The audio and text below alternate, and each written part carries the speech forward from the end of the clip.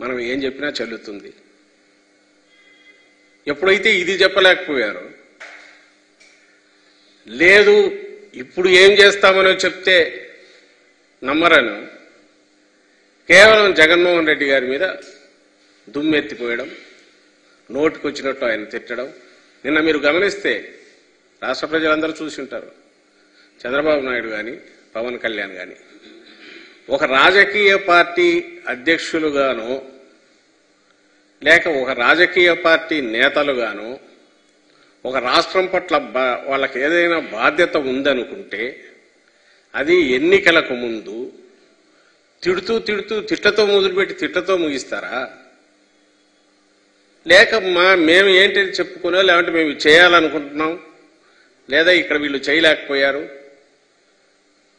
So మేము వాళ్ళకంటే బెటర్గా మీకు ఇచ్చేస్తామని ప్రజలకు నచ్చజెప్పాలనే ప్రయత్నం చేస్తారా? అందులోనూ నిన్న 3 పార్టీలు కలిసి పెద్ద ఎత్తున మీటింగ్ పెట్టాలనుకొని అది ఫెయిల్ అయింది. That's a different issue. వాళ్ళు చెప్పిన దానికి అక్కడ జరిగిన దానికి అది డిఫరెంట్ ఇష్యూ.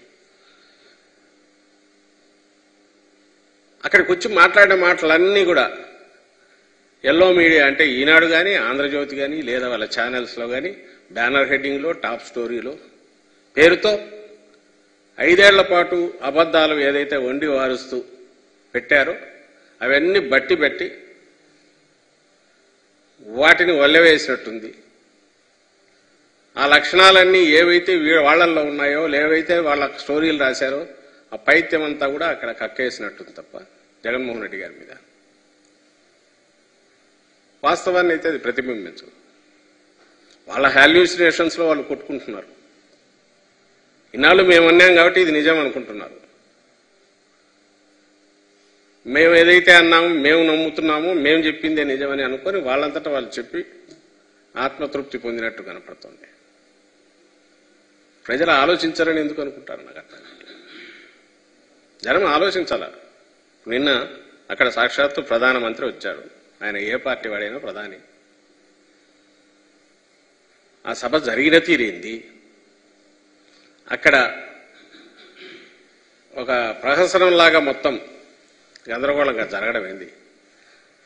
ఆడలేక మధ్యలో ఓడని ఒకటి సామెత ఉంది.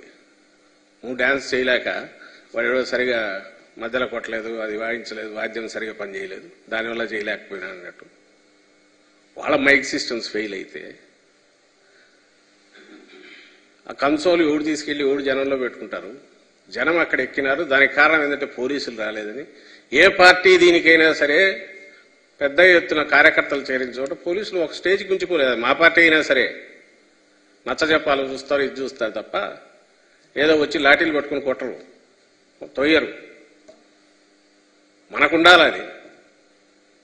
నా సిద్ధం సభలు జరిగాయి చూశారు కదా.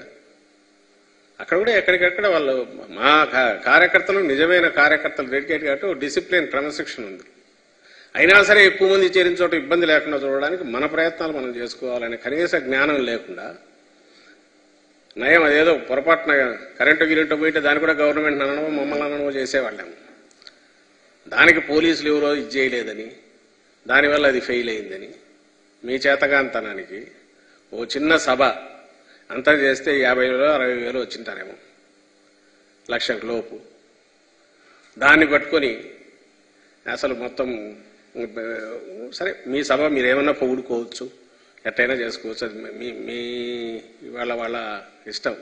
దాంట్లో వాళ్ళు తృప్తి పొందితే కాదనడానికి మేమెవరం. కానీ మీ చేతగాంతనానికి ఫెయిల్యూర్కు దాన్ని తీసుకొచ్చేసి డిపార్ట్మెంట్కో పోలీసుకో ఇంకోరికో అట్రిబ్యూట్ చేసే ప్రయత్నం, అక్కడ ఇంకో దివాలా కోరుతున్నాం. అక్కడ జరిగినవన్నీ ఒకసారి రోజు ఇప్పటికే ఎక్కడికక్కడ అన్నిట్లో మీడియాలో వస్తున్నాయి, సోషల్ మీడియాలో వస్తున్నాయి. ఆయన ప్రధానికి మోడీ గారికి సన్మానం అంటారు, శాలువ రాదు, ఇద్దరు నిలబడి ఉంటారు. ఆయన తీసుకొచ్చి ఆయన్ని అవమానించారు, పుష్పగుచ్చం అంటారు, అది రాదు. అది వాళ్ళ ఆర్గనైజేషన్ లోపం, వాళ్ళ చేతగాంతనం. ఇవన్నీ దేన్ని సూచిస్తాయంటే ఆత్రం తప్ప వీళ్లకు ముఖ్యంగా చంద్రబాబు నాయుడుకు అర్జెంటుగా ఇటు పట్టుకున్నాడు. ఇన్నాళ్ళు పవన్ కళ్యాణ్ పట్టుకున్నప్పుడు వీళ్ళని లాక్కొచ్చాడు.